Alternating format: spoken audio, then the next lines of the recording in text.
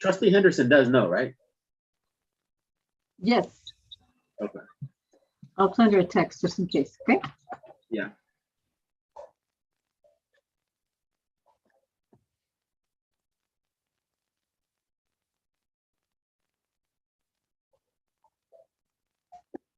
Okay, Trustee Buono, when you're ready. YouTube tells me that we're going live. Let's go. Okay. Trustee Buona, Are you I'm asking? sorry. I was doing the roll call. I probably got ahead of you. Oh.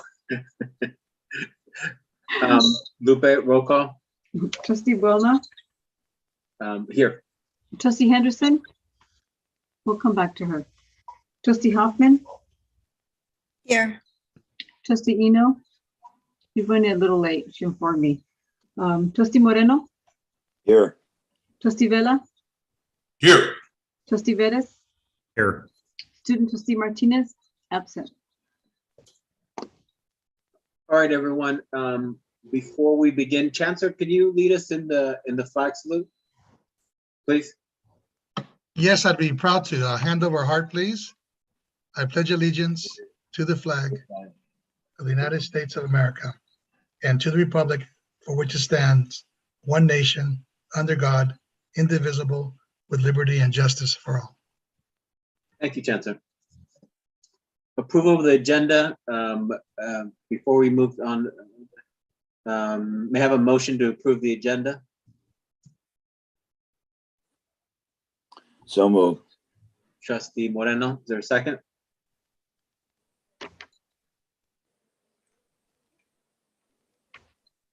Is there a second to approve the agenda? Seeing none, I'll second it. Lupe? Trustee Buona, Yes. Trustee Henderson. He's not on yet. Trustee Hoffman, Yes. Trustee Eno. Trustee Eno's in the room. I'm just promoting her to a panelist. Perfect, thank you.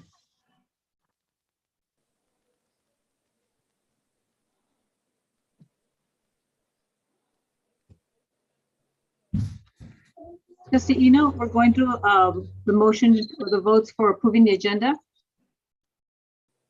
Yes. Thank you. Trustee Moreno, Yes. Trustee Vela, Yes. Trustee Vettis. Yes. Thank you. Move on to public comment. Are there any persons signed up to address the board of trustees regarding open session agenda items? No, sir. All right. Well, we already have the agenda set in place, so. All right, next on the agenda is review of status of 2022 board goals. Joining us today is Dr. Narcisa Polonio, who will be facilitating today's board leadership and 2022 board goals planning session. Dr. Polonio, and just before we begin, I think all trustees had an opportunity to meet with Dr. Polonio, review goals with her.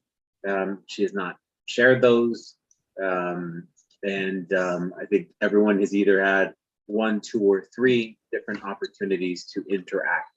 And so, Dr. Polonio, and we do have scheduled an hour to work on this section. And I believe you need, do you have the control that you may need for the presentation? Yes. Okay, got it. All right, Dr. Polonio. All right. Good afternoon, everybody. We have a solid hour, and I promise to stick to it. And it's 9 minutes after the hour, so we're running already a little behind schedule. But let me just start by thanking each of the trustees. Many of you spent a lot of time going over this, either emailing me feedback or spending time just discussing each of the items. So I really, really appreciate all the input I received. The goals were put together with 2 thoughts in mind. One is, what's your agenda for this calendar year, and what are the major items that you hope to achieve? Secondly, we wanted to make sure that this was in keeping with the goals that were established by the chancellor. I'm pleased to indicate, and he can acknowledge it, that he sent me today a little note indicating, yes, that they match and that they came together in a nice way. So that means we will be working together. All right, I'm going to start walking you through these. Please feel free to jump in and provide any comments that you want. This is your document, and the goal here is to set this up to help you. Now, I had a very nice discussion with Trustee Veras, who suggested that we might want to just put out some key questions for the board to think about as we go through this exercise. As you can read, they include what are our responsibilities, okay? What kind of board do we want to be? Thinking in terms of the future, what does a 21st century board for a community college look like? And always ask the question, what will be the legacy of this particular class of trustees? Things to keep in mind as we go through this process. If anybody wants to jump in and make a comment, I'll wait 2 seconds. If not, I'm going to keep moving.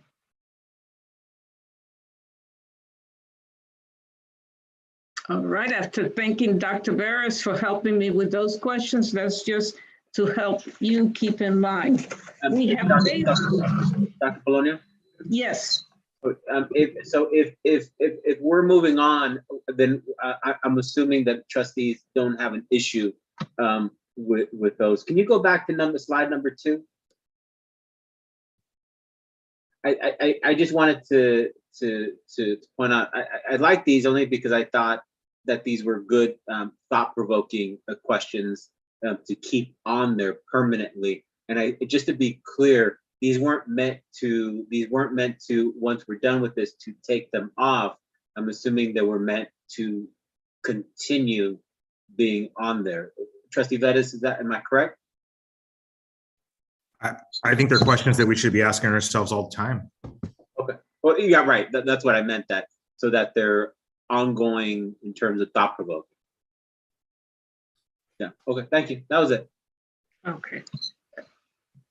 When you go through this process, it also helps to unify the board. It helps to provide clarity, and it gives all the trustees a mechanism to check with each other and always ask, are we really focusing on what we agreed on?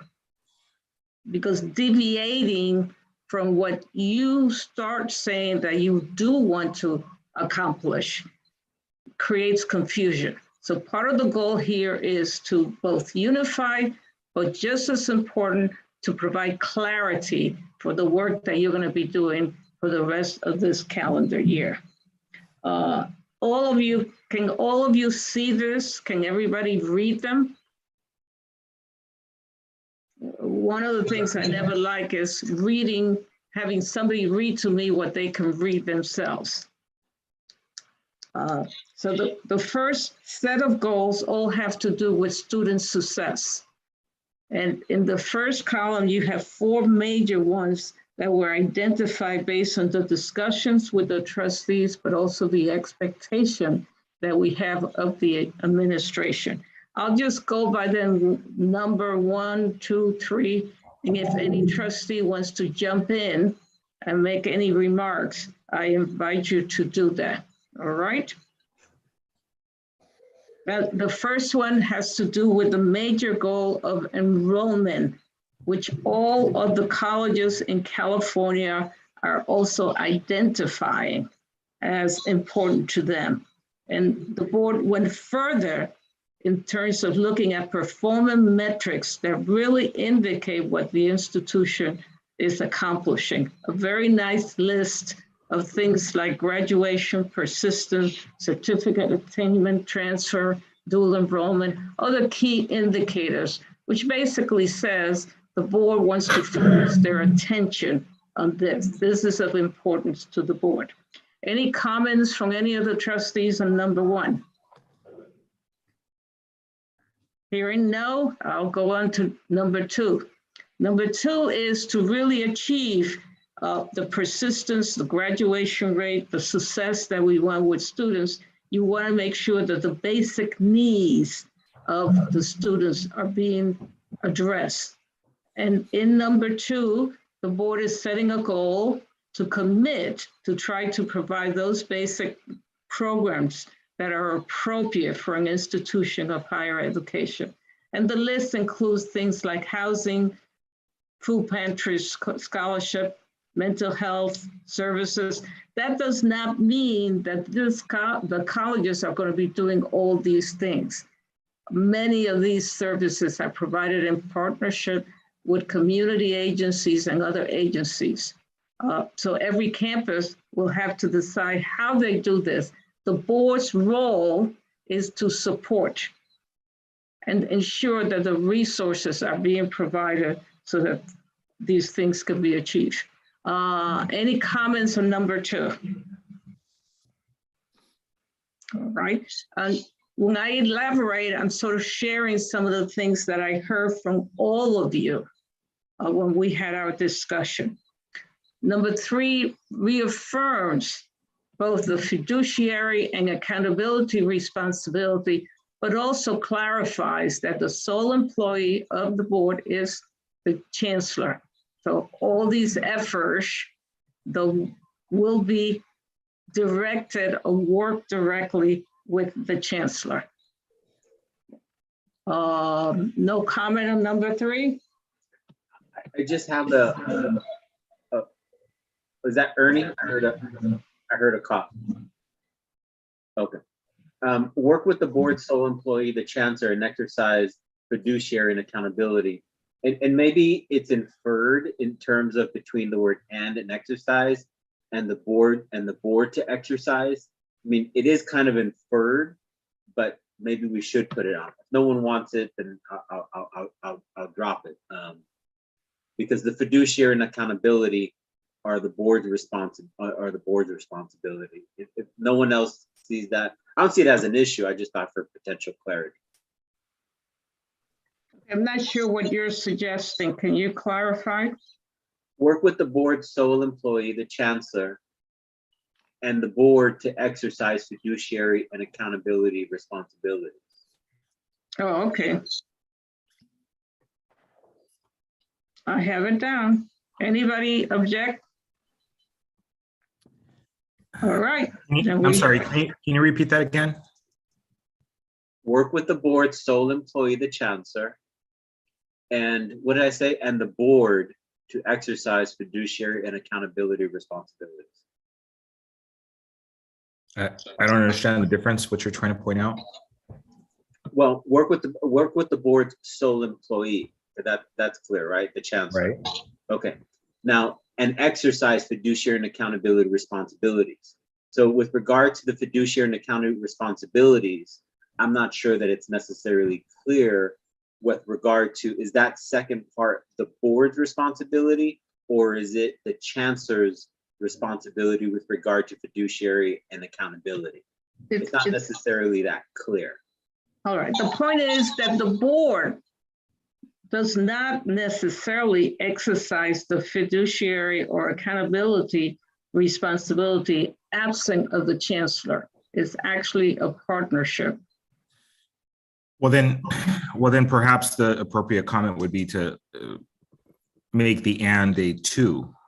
So it's work with the board's sole employee, the chancellor, to exercise fiduciary and accountability responsibilities. So, well, we can get into a whole 2-hour conversation here, but the board doesn't defer its fiduciary and accountability responsibilities to the chancellor. Any chancellor, by the way. It maintains them onto themselves. It is the board's fiduciary and accountability responsibility. It's the soul of the board. Now, any board hires a chancellor in terms of that implementation, but it doesn't, that responsibility is among the 7 persons who are voted in. I mean, look, I got to be honest, it's kind of a slippery slope for me because The way we all may individually exercise fiduciary and accountability responsibilities, like I'm going to use my own household. How I view my own household budget is different than how I have to view the district's budget. I'm going to nitpick all the expenses, and if there's something on there that I don't particularly like, I'm going to ask my family members who paid for this or who put this on the credit card. I think in terms of a $1 billion budget as an organization, there's certainly an element where we can examine and ask questions on large pieces, but we have to, be more cognizant that the structure and the systems that are put into place are functional and working and can stand the test of our questions, and it can stand the test of our inspection.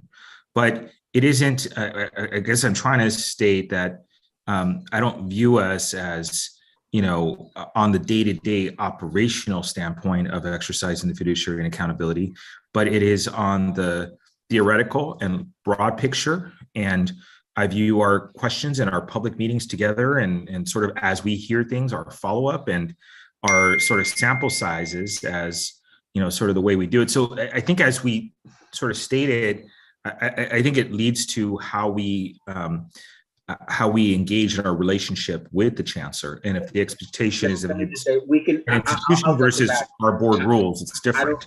I don't want to take up a whole 2 hours on this. I mean, we may have some differences, but just leave it as is. It's going to get too complicated. We don't have time for speeches. Let me just say this. The district is going to be going through accreditation, right? It is important that the board is very clear on its role. And the board does have fiduciary and accountability responsibility at a very high level. The chancellor also has fiduciary and accountability responsibility for the district. In no way was this statement to take one away from the other, but they are defined differently, okay?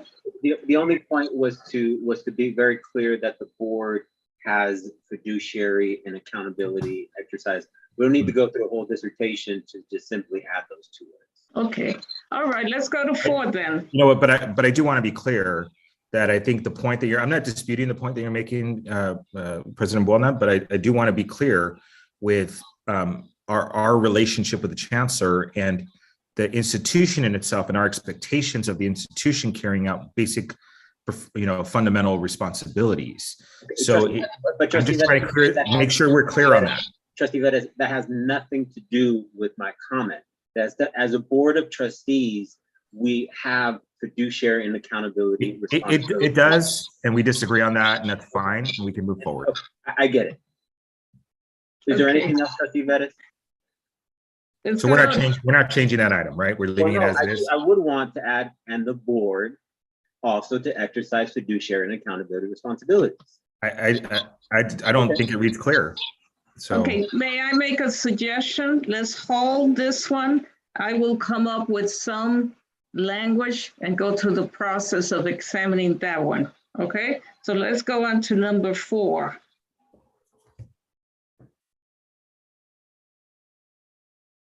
And in a way, what we're talking about here is reaching greater clarity in understanding the board's responsibility, but also for the board to also be able to identify the expertise, resources, and conduct feasibility studies and regarding some of the items that you're interested in as a board.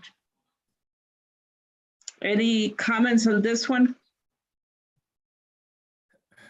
Okay. Let's go to the next one.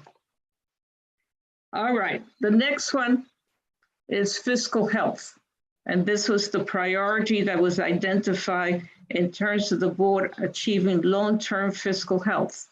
There are going to be changes in the funding formula for the district and all the colleges in California. So part of the focus here is how do we promote efficiencies and maximize productivity? And that's one of the tenets that the board wants to consider as you move forward. Any comments on this one? So can I, to offer an observation, we're still in student success. Yes, And I think maybe the fundamental sort of challenge with the exchange that Trustee Mboul and I just had is that maybe items number 3 and 4 don't fit comfortably into the student success element. They may actually fit some other piece, but certainly the first 2 are very clear in student success, and I completely understand and completely connect there. And I'm just struggling because I'm trying to view those items in the context of student success, and it's not connecting with me. So that might be my challenge.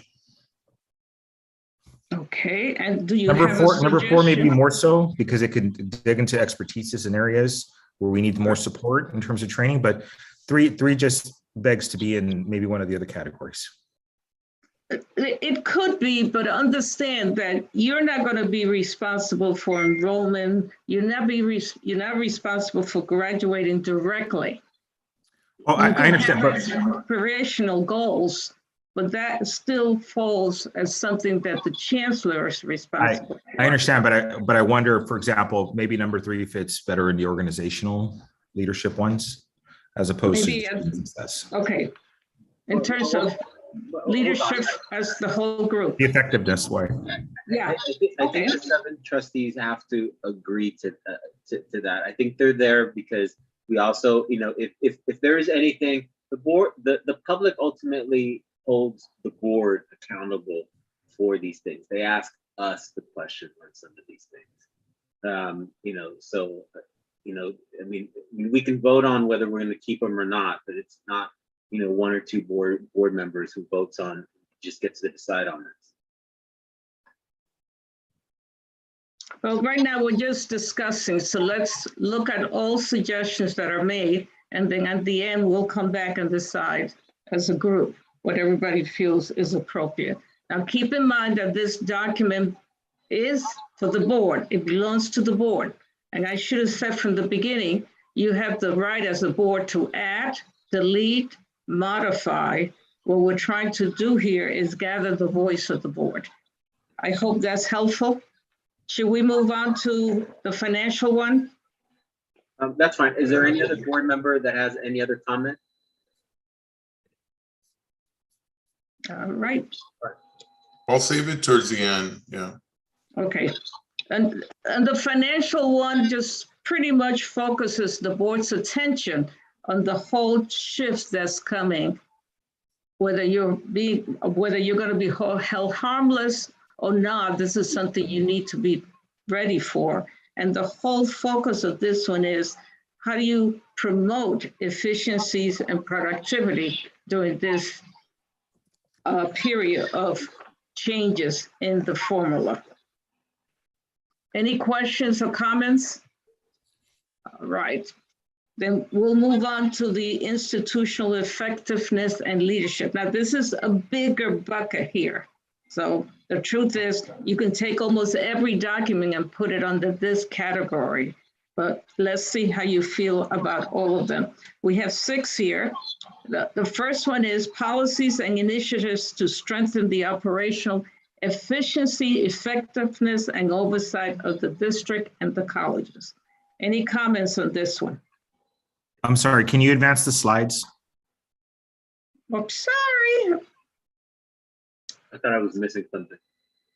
No, it's me. For I said, whatever reason. Maybe you should go into a slideshow and then you can just Yeah, click. that's what's going on here. Okay, guys, let me move this so I can do it. Okay, I may have to stop sharing for a second. Well, I was moving it before. I don't know why you stopped moving. Okay. Narcissa, you could just go to slideshow, right on top of where the font is. Keep going. Right there. Yeah, to the right. To the right, slideshow. Go back. Keep going, right there. Okay. Go ahead and click that and then try it. Okay. Is that better? Yeah, and then you could press got it or whatever, or get out, yeah. Go ahead and do the X, yeah. Okay. And All right, how's that? Is that better for everybody? Perfect. Okay, thank you for the help, really appreciate it. Sure. All right, here we go. So the first one is, again, the issue of efficiency and effectiveness. And basically what you're saying is, whatever decisions you're going to make in terms of the fiscal or the financial operations, you want to take into account how do you achieve greater efficiencies and effectiveness. So it's a goal. It's an aspirational goal. Any questions on that one? All right, then we move to the second one. You're going to monitor the accreditation process. I mentioned that a little earlier because that is key to the future of the district. So it's important for the board to be supportive and ask questions and help as much as possible. It's an exciting process for the whole district to go through. It provides an opportunity to rethink, renew, and move forward. Any questions on accreditation? I don't have a question, but I have a suggestion. If we can then maybe, I'll discuss it after. If we could maybe add monitor and participate in the efforts, only because I do know that, some of us do participate and, attend some of the accreditation meetings. So that would be great. Well, I actually don't know this, but do we need to monitor and participate in any part of the accreditation process? Because sometimes accreditation processes have boards that have to participate or verify, right? So if there are any components of the accreditation process that we have to participate and verify, it would be important to know them with sufficient notice in order to meet our duties. Dr. Bona, I can weigh in if you'd like me to answer that. Yes, please. Yes, thank you. Good evening, members of the board. Yes, as a matter of fact, the Board of Trustees has to approve what we submit ultimately to the Accrediting Commission for their review.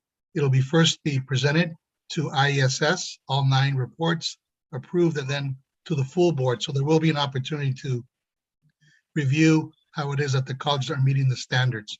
As it relates to standard 4, that is the specific standard on governance, and there are some very specific pieces of standard 4 that the Board of Trustees will be involved, engaged, and through verification, as well as I would expect that potentially be interviewed by members of the visiting team. So there is participation. Ultimately, a UI and other members of the governance leadership does sign off on the 9 reports that we submit. So with regard to monitor, verify, and approve, I mean, there might be another word in there, or participate in the accreditation process. Well, let me give you a quick reaction to that. I don't think you need to go that far because the accrediting body already has guidelines. This has to be participatory, but the real work, the majority of the work gets done on the campus. What they're looking for also is to what extent is the board carrying out its role appropriate? To what extent is the board participating in self-improvement? To what extent has the board established goals for itself? So this exercise is one of the evidence that will be presented to the team. Dr. Polonic, the only thing that I'm saying is that the words that go into number 2 have to be accurate to what the chancellor said. So just monitor isn't sufficient. So if we could add sufficient words to match the chancellor's comments with regard to what he just said. Well, let me ask the chancellor, if we take the actual language from the guidelines of the accrediting organization, would you, that's appropriate? Yeah, you and I can work together and we will get that language specific to the interests of the Okay. board here. We'll align Okay. it. All right, is that all right? I mean, for me, I just want it to be accurate, that if they look at this, that they would say the action words were matching. That's the only thing I care about. Okay, all right, moving right along. 3, here we're talking about the board commits to carry the right type of feasibility studies for issues pertaining to unmet facilities and basic needs of students. And we added the part that indicates that the board also believes that it doesn't necessarily have to do these things alone, that we should be partnering with the county, local agencies, and other entities whose expertise are providing housing assistance and other basic needs of students. Any reaction to this one?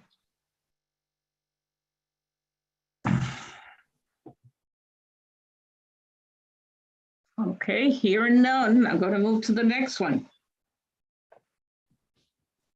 The next one is the supporting of diversity, equity, inclusion, and accessibility. Does the board commit to making sure that this is a priority for you as you develop policies and approve programs? Any comments on that one? Narcissa, just in case for members of the public, we have 35 people. So if they hear us being silent, it's not necessarily because people disagree, it's because there's been some thought behind it. So just so people don't misstate the silence. That's an excellent point, because everybody had opportunities to review this and had lengthy discussions. Number 5 has to do with the whole issue through the public health crisis. And again, the board commits itself to the safety and health and welfare of all students and faculty in the workplace. No comments, I'll move on to the next one. And this one is one that I'm really proud for all of you. And this is a commitment to look within the districts to identify talent for the future and create an internal pipeline for career advancement. And this is something that I'm sure is music to the chancellor's ear, because he'll be able to work with the board directly and make sure that all the employees know that the board is endorsing this leadership opportunity that will be developed. And in the discussion, it was made clear that this is across the institution, for faculty, for classified staff, that the effort will be, and for all members of the workforce and all the colleges. Any comments? If not, we will move to the functional goals. Right. All right, the functional goal, had somebody wrote me, asked me, what is this? Well, this is more about your operations, how you function, how you get the work done. And it's always healthy. There's always the assumption that every couple of years, the board will look at itself and say, how is it that we're operating? Where have we moved away from our practices, that we're defining our rules? What adjustments do we want to make? How do we make decisions about those changes? More important is, every time you get a new trustee, you have a new board. And you pretty much have 2 fairly new trustees who are in the board, and you need to make those adjustments to work together. So here's some suggestions that all of you came up with. One is development and implementation of an operational plan that clearly defines the board functions and responsibility. That means that we're going to have to do some work and research. Yes, sir. Sorry about that. So that's number 1. Any questions on that one? So that's a commitment that you're making. The second one also relates to making adjustments, reviewing things, and it has to do with how do you clarify the mechanism for communicating so that there are priorities given to individuals' requests from trustees and the ad hoc committees. It's always important, and this is not criticism, this is just the reality, to make sure that there's the right balance between what the trustees are requesting and the work that the district has to do to serve students. So it's just one of those things where we want to take a look at it to be sure that we're being effective. Again, 2 and 3 are related. And throughout the years, you created a lot of ad hoc committees, other task force, et cetera. It makes sense to review and be able to compile information on how many actual ad hocs do you have, and are they set up with a start date or an end date, or they just continue and continue and continue? So do we need to make adjustments to that system? And we will all be working with the administration to define what is it that makes sense. In most college, once an ad hoc has completed its work, if there's work that still needs to be done, it becomes absorbed within the institution. It doesn't always stay at the level of the board. So keep that in mind. Number 4, implement a strong board development program with a greater emphasis on new trustee orientation.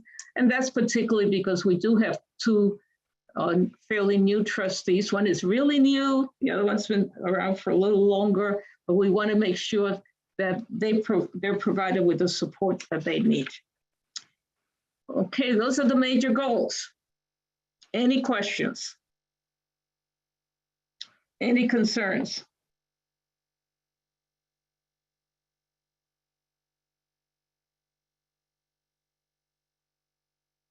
All right, that's wonderful. Silence means that we did a really good job meeting with all of you, asking questions, and figuring out what is it that makes sense for this board.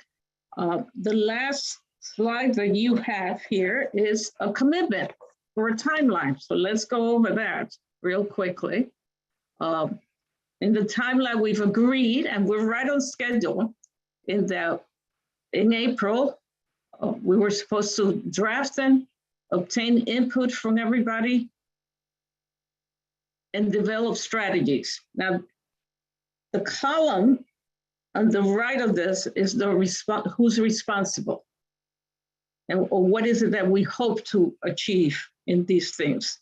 So we will be talking about those also in more detail. Any question on this calendar? So at the next step after this process will be to work on the new trustee orientation as much as possible. And part of the idea is to possibly organize a retreat.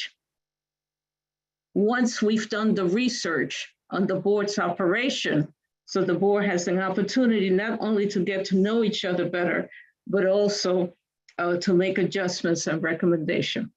The second recommendation that we had discussed was administer a leadership inventory to all the trustees that focuses on working together, understanding each other's personality as the mechanism for the board to work more closely and be able to be productive, because this is a fairly ambitious agenda.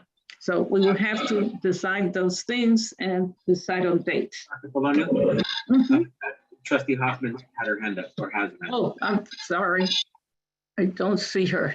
Thank you. I guess, I don't know, my hand was up and now it's down. Thank you, Dr. Polonia, for mentioning that we should probably have a board retreat. This was a very, I'm quiet because I'm just sort of taking it all in. This was a very unorthodox way of setting board goals. I don't think we've done it this way before. We're usually all together, and we do usually get input from the chancellor, and we have an opportunity to dialogue together with one another. I understand that we're on a tight timeline, and so, it was done this way.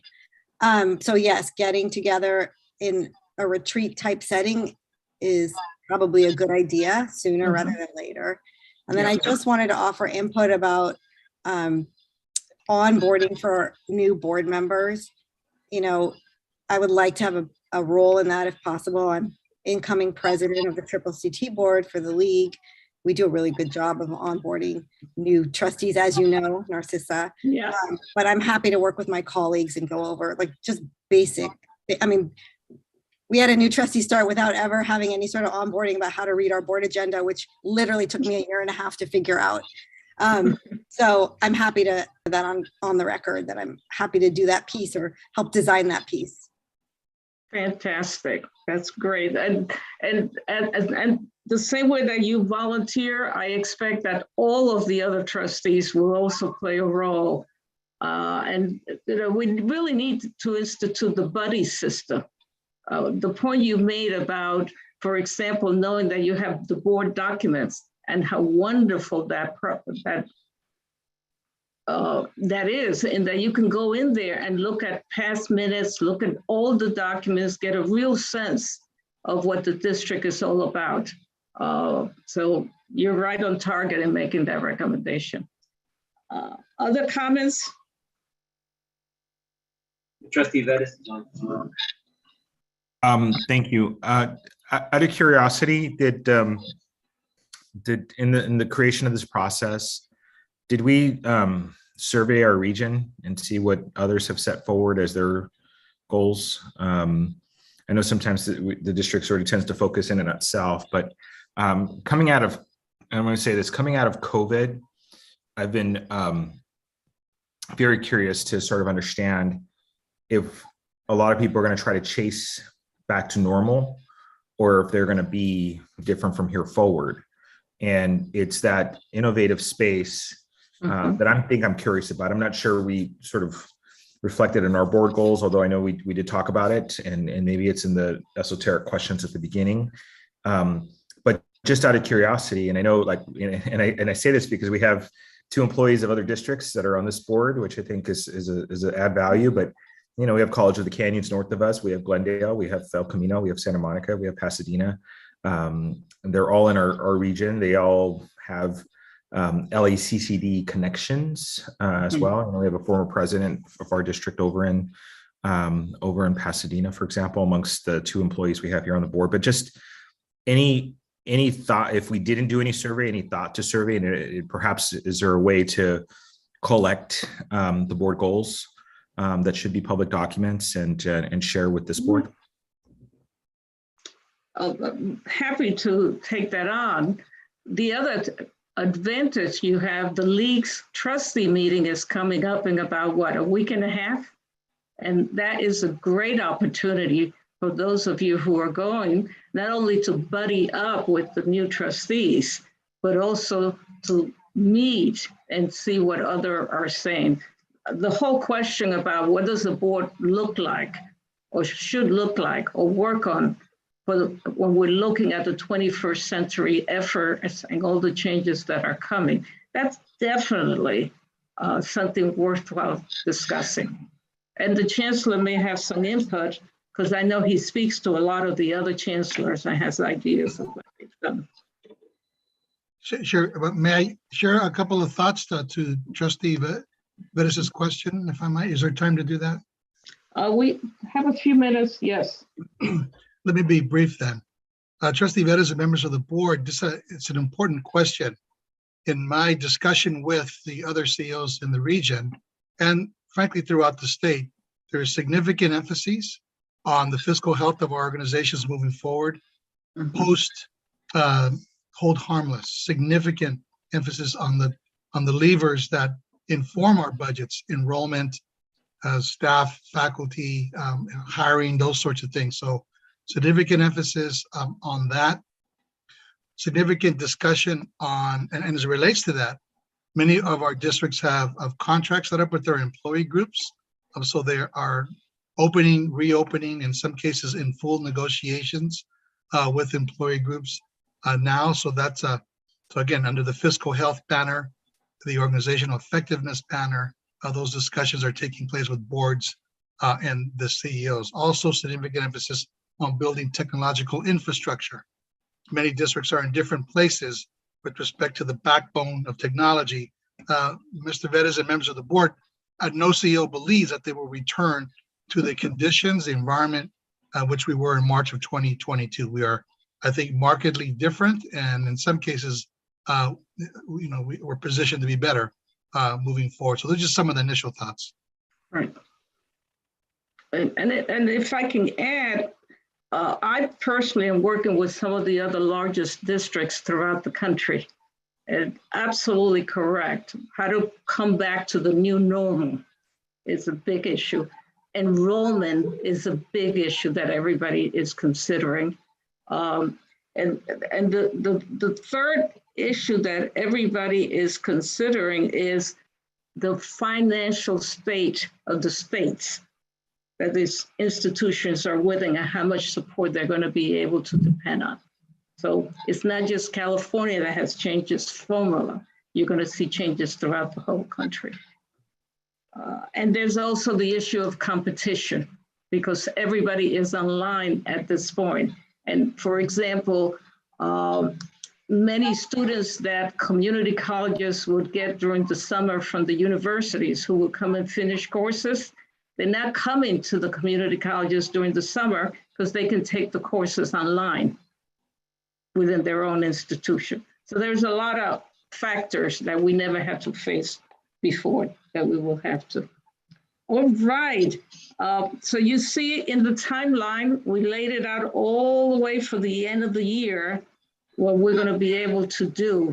And I think it's important to always have a midpoint where we can meet maybe in, I would say towards the end of May, okay, and June to see how well we're doing, or meet in September to see how well we're doing with these goals and do they fit what we need.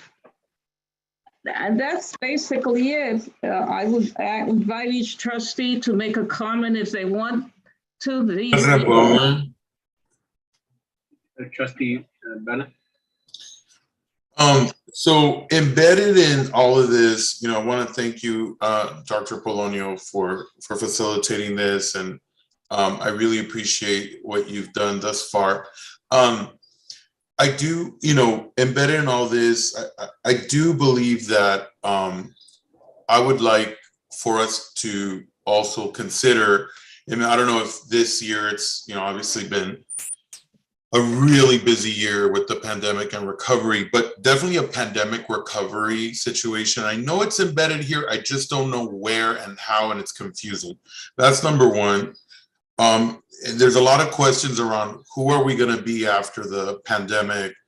I saw in Santa Monica Community College, their board goals, they're actually, part of their goals is to increase hybrid classrooms, which scares me because I thought we're moving into going back to normal. So I don't necessarily always want, I think for us, it's unique, and I appreciate Trustee Vettis' point. We do need to look at them, and I want to look at them, but I also want to understand what is the post-pandemic, role of the board, and who are we going to be. I also think that the board rules, I don't know where they're at here in our goals. I do believe they might be in governance, but I didn't see that. And then specifically changes to board rules. I know we do that annually, I believe. Is that the case, Chancellor?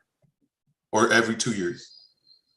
No, actually, board rules could be changed at any point. They're noted 30 days before. I know the last time we changed them was with President Vettis, former President Vettis. So I do want to, look into some of those as they relate to, things like org charts and, how we're going to move forward post-pandemic.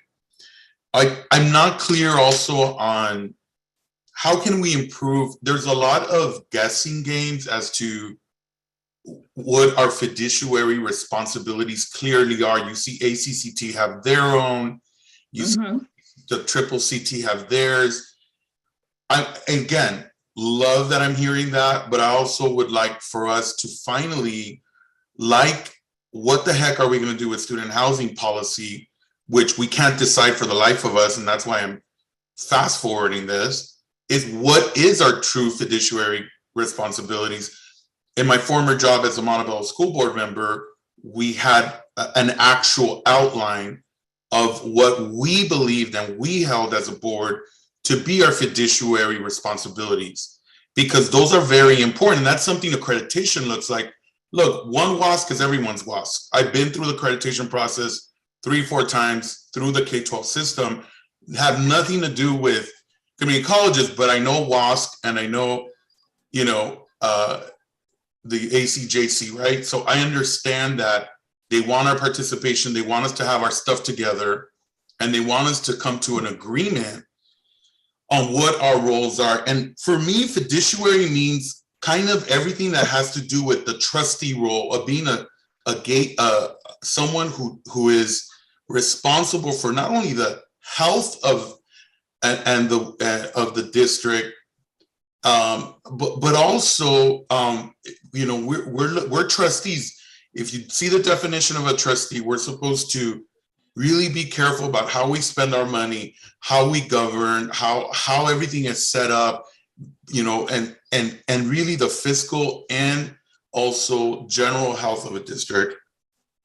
And, you know, I'm really kind of hopeful that we can come to an agreement as a board as what those are, because if we don't have an agreement, if, you know, and again, not putting down any of the trustees here or where we go to, you know, the conferences, but for me, like saying that the chancellor is our only employee sends really weird messaging down towards the file and rank and file, because yes, I think we're responsible, and this is quoting, you know, ACCT and the league, which I don't like to do, but ACCT and the league, which I don't like to do, but our role is to hire or dismiss, you know, a college president, superintendent, if you're a single college district.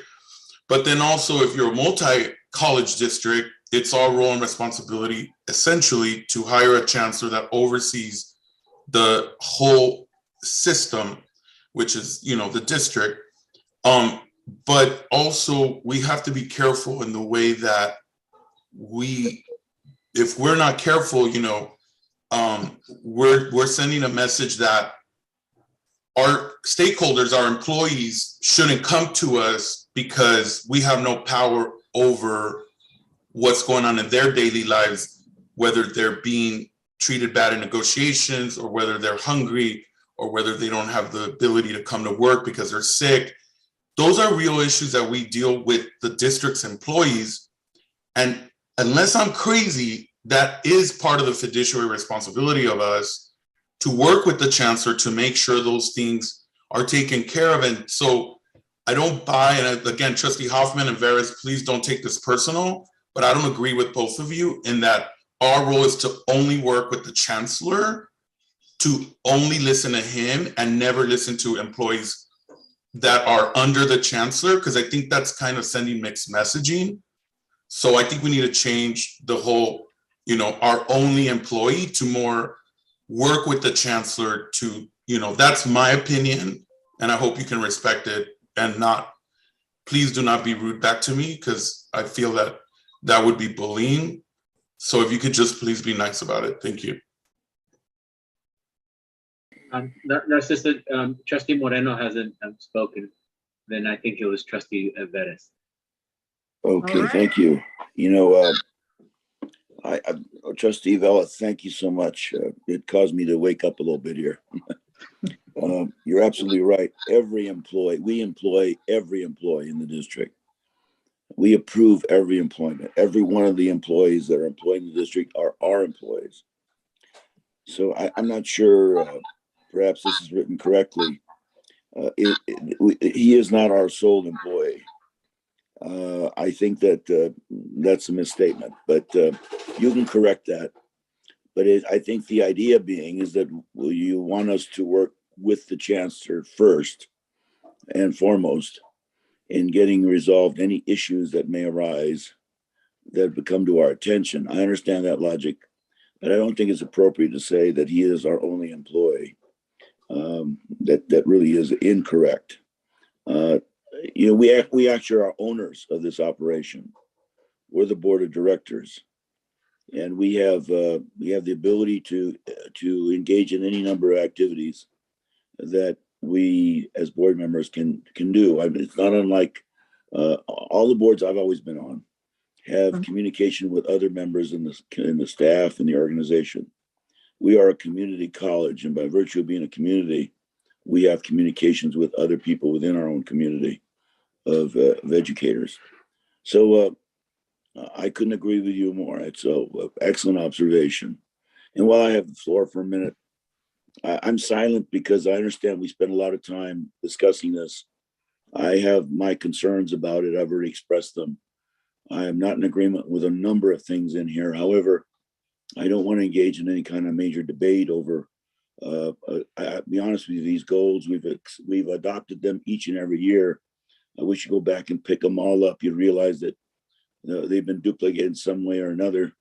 At the end of the year, we've really not done anything about them. We're just operating as we always have, depending upon the leadership of the board. Each president has his own style, her own style, and that dictates how we operate. But I do think there are some important points here is that we do kind of honor one another in terms of identifying information that some of us don't get in various committees. And I know that somehow down the road, I know for one, I'm somewhat surprised of how quickly and how far along we've gotten relative to student housing. I'm a little bit concerned about that. But I think we need to get more information about issues somehow that all allows all of us to keep up to speed with the activities of the entire board. Anyways, thank you, Trustee Vela. Yeah, you're welcome. I just want to be clear that, I want to voice my opinion on this board and not have to feel that I'm violating some type of ACCT and league issue, which is unfair for my ability to govern here. I think that we can get along and be able to come to a consensus without being, emotional or mad about what we're each talking about. I find it to be very discouraging as one of the semi-new board members that, we have to follow some type of manual.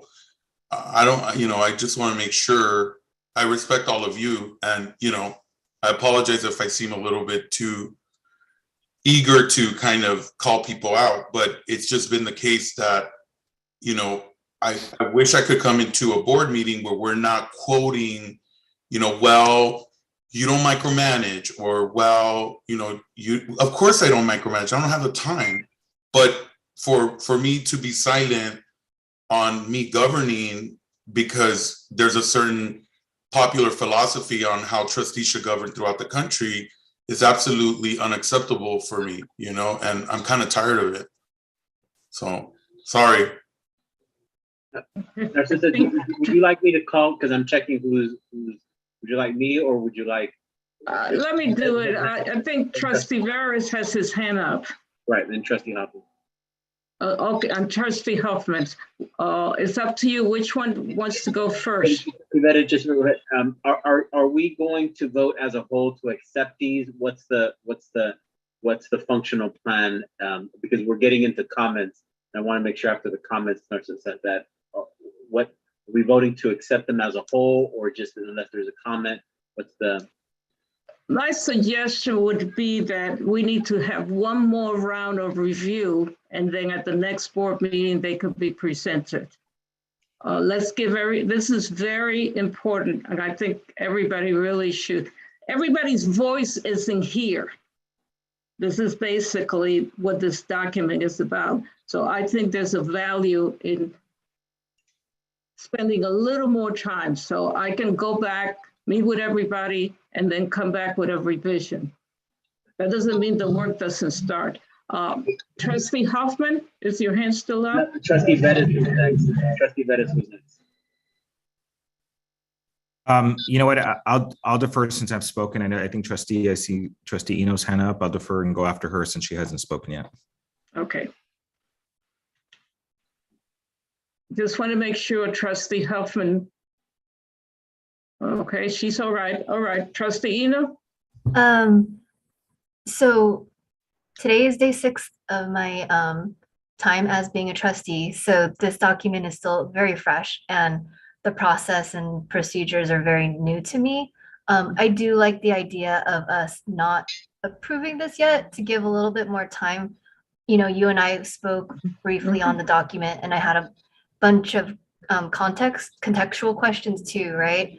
I do like the idea what Trustee Hoffman said about a retreat, because I don't know if it helps maybe too with what Trustee Vela said. And, you know, I feel like we need to come together to work on this together versus individually, because it keeps getting revised without conversation. And so even just with where things are, it's kind of, I get a little lost because I don't know, you know, the context or the justification, but that's just me being extremely, extremely new. But if we had the opportunity to continue to work on this, maybe in a collaborative space, I think I'd appreciate it, because then it would help me understand everyone's contributions. Thank That's you. all. Thank you. Trustee Vettis? Yeah, I'll make my comment brief. And Trustee Vela, it is disappointing that that I think you took a comment I made earlier about student success and the point that was there, that not that the item didn't belong. It's just the item I thought belonged in a different place. And certainly, you know, to indicate, and I think it does misrepresent sort of what my position's been through the years, is not helpful. I think we can be better than that. And I would encourage us to really sort of understand what we're trying to say. When it comes to the comment that you made, I will say that there are accreditation standards that I think many of us speak to. Some of the board members and members of the audience probably know the standard better than I. But there is a governance standard that is a fundamental basis for how that particular concern is developed. And Narcissa, you're very familiar with that. You're our lead there. Perhaps all the trustees need to be refreshed on what that standard is. I'm at times have been critical of it, and I've attempted to push it more, but the mischaracterization is just unfortunate, and it's not helpful in terms of where we're going. But we can read the standard and understand where these conversations about sole employee and those kinds of things come from. They're not something I make up. They're something that is part of the ACCJC standards, and it's been there from the first moment I've joined this board to continue to today.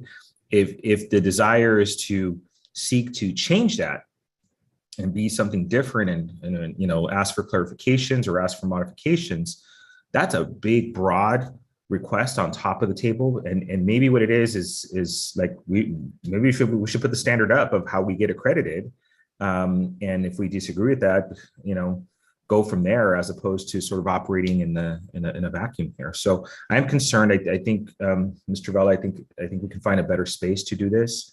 My comments were very particular about whether it's in student success or in the organizational category. I don't think it wipes it off. I don't think it changes it. But I would say that the core fundamental question is an accreditation question, and we should all familiar ourselves much more what that is. And I appreciate people like Dr. Polonia who can actually be there and be helpful in terms of clarifying that for all of us, because we should be all up to date as we come into the accreditation space of the standards that can hold us to. Let me thank you for that. Let me thank all of you. I mean, no, the people listening have no idea how much time all of you dedicated to this, multiple discussions with me directly, etc. So what we have here is a template of multiple voices. what you're all saying is, okay, that's fine, that you put all our voices together. Well, now we need to take them to the next level. We need to meet face to face, go over the document, and make sure that we clarify what all these things really mean to us. A lot of this has to do with communication and clarity. So right now, I'm really excited because as I took notes, I said, we have an agenda for a retreat here. So let's make the commitment to come back together, spend the time with the chancellor to go over and help the board move forward. I thank you for your frankness, but my understanding is that you had a meeting that went for 14 hours. And I promised myself I wasn't going to do that to you guys. So this has been a very good beginning. Let's take the positive. Again, you've dedicated a lot of time to this. All of you should be proud of it. And we're going to work on all of these things together. So I'm going to turn it over to the president of the board so he can say goodnight to all of us and allow all of you to go and get some rest and spend some time with your loved ones. That's maybe for the audience, but we've got still stuff to do. Trustee Hoffman, you had your hand up earlier. Did you want to speak or no? No, I'm good. Thank you very much. All right. Trustee Henderson, did you want to add anything? No, I just want to thank Narcissa for the work that she did on these goals, and I look forward to us all hopefully having a conversation around this. Okay. Trustee Eno? I'm good. Thank you. Trustee Moreno? Yeah, I'm okay. Thank you. Trustee Vettis, anything additional? No. Trustee Bella? No, thank you. Okay. All right, we're going to move on to public comment. Are there any persons signed up to address the board regarding closed session agenda items? No, sir. No one signed up. I'm a little surprised that you're sure there's no one. Nobody contacted me, and trust me, they have my number. All right, the board will, let's see. All right, then we will Trustee recess. Buona? Yes. We do have one hand raised if you're allowing those at this time. Oh, okay. I knew there'd be one or two. Okay, can you let them in? Yes, it'll be Hazel Alonso from AFT 1521A. Okay. Ms. Alonso, you have 3 minutes. I'm bringing her into the room now, so just give her a couple seconds.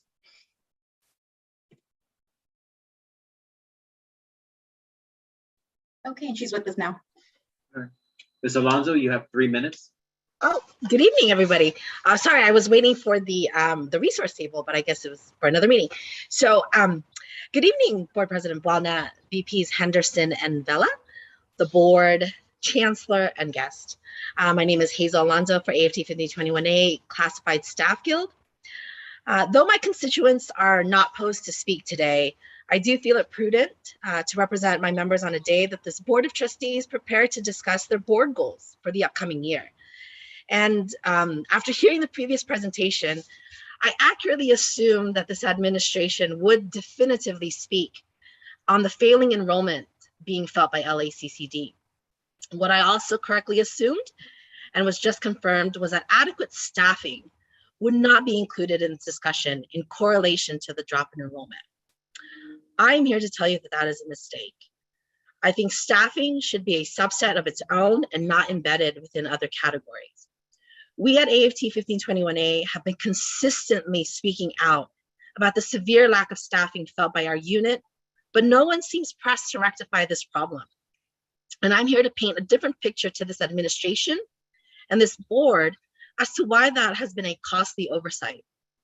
Through numerous enrollment updates, it's been indicated that there were thousands of potential students who showed interest in enrolling in LACCD, but ultimately did not follow through. And you know what contributed to that lack of follow through? Because there were no adequate Unit 1 staff to answer those call center phones for interested students. Because there were no Unit 1 staff at that counter to provide guidance to those future enrollees. because there were no Unit 1 staff helping counselors persuade those students to come to LACCD. And lastly, because there were no Unit 1 staff walking the corridors and the campus, sharing how great of an institution LACCD is. The data shows that there were enough interested students who had LACCD in their sights. Students who saw something in LACCD that called to them to trust LACCD with their education, their growth, and their future. Advertisements, propaganda, billboards, they won't get you the student enrollments that you are looking for. Staffing will. This administration has squandered millions of funding on outside contracts to help enrollment, but yet failed to look to its internal resources, such as Unit 1 staff to help the push to increase enrollment. Chancellor, you claimed that we were important when you called AFT 1521A back to the campuses, but yet upon our return to empty halls and abysmal presence at the campuses, AFT 1521A were ignored. We have given our opinions and our suggestions to everyone and anyone who has been willing to listen, but we are consistently pushed aside, and as a result has negative. I'm sorry, your 3 minutes are up. Okay. Thank you. All right. Thank you, Ms. Alonso. Lupe, is there any other speaker? We don't see any more hands raised. Okay. I think we're good, Dr. Bola. Okay, thank you. The board will recess to closed session in accordance with the Ralph M. Brown Act, Government Code Section 54950, and the Education Code to discuss the matters on posted closed session agenda pursuant to Government Code 54954.5. May I have a motion to recess to closed session? So moved, Kelsey. There again. Trustee Eno, motion. Trustee Moreno, second. Any objection? Seeing none, we will recess to close the session. Okay. Follow the link that was sent to you, trustees. Thank you very much. Does closed session start at 8:30? Is that what the posted time is? Immediately following this meeting, Yeah, Okay. immediately. this was All posted. right, I need a 5-minute break. Thanks. Thank you. Let's get together in 5 minutes to Trustee Hoffman's point.